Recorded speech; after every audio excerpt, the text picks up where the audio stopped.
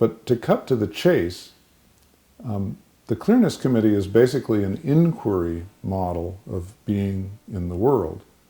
And I like to say, especially in academic settings, that what a Clearness Committee does with an individual, by way of inquiring honestly and openly into who that individual is and what that individual's inner teacher has to say, is the same posture that a scholar adopts, a great scholar adopts, toward whatever it is that he or she is studying. If you're a physicist, you're not in the world to locate a subatomic particle and then tell it what it's supposed to be doing or tell it what its nature is. Great physicists actually listen to the thing they're trying to understand. And they have such a passion about understanding that thing on its own terms without imposing false categories on it, that they're very good listeners. Great scholars are always very good listeners because they have such reverence and respect for whatever they're studying that they want to hear it into speech. They want it to speak to them in its own voice.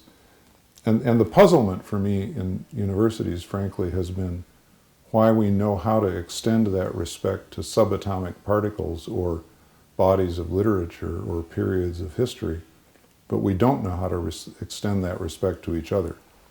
So the Clearness Committee is an opportunity to do it for each other, which seems right and proper to me, and fruitful, life-giving.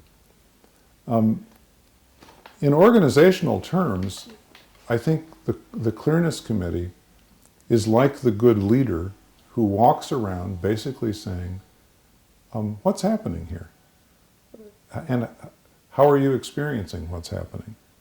And listens very carefully in a way that helps people hold a mirror up to themselves and engage in that most remarkable human activity called self-correction.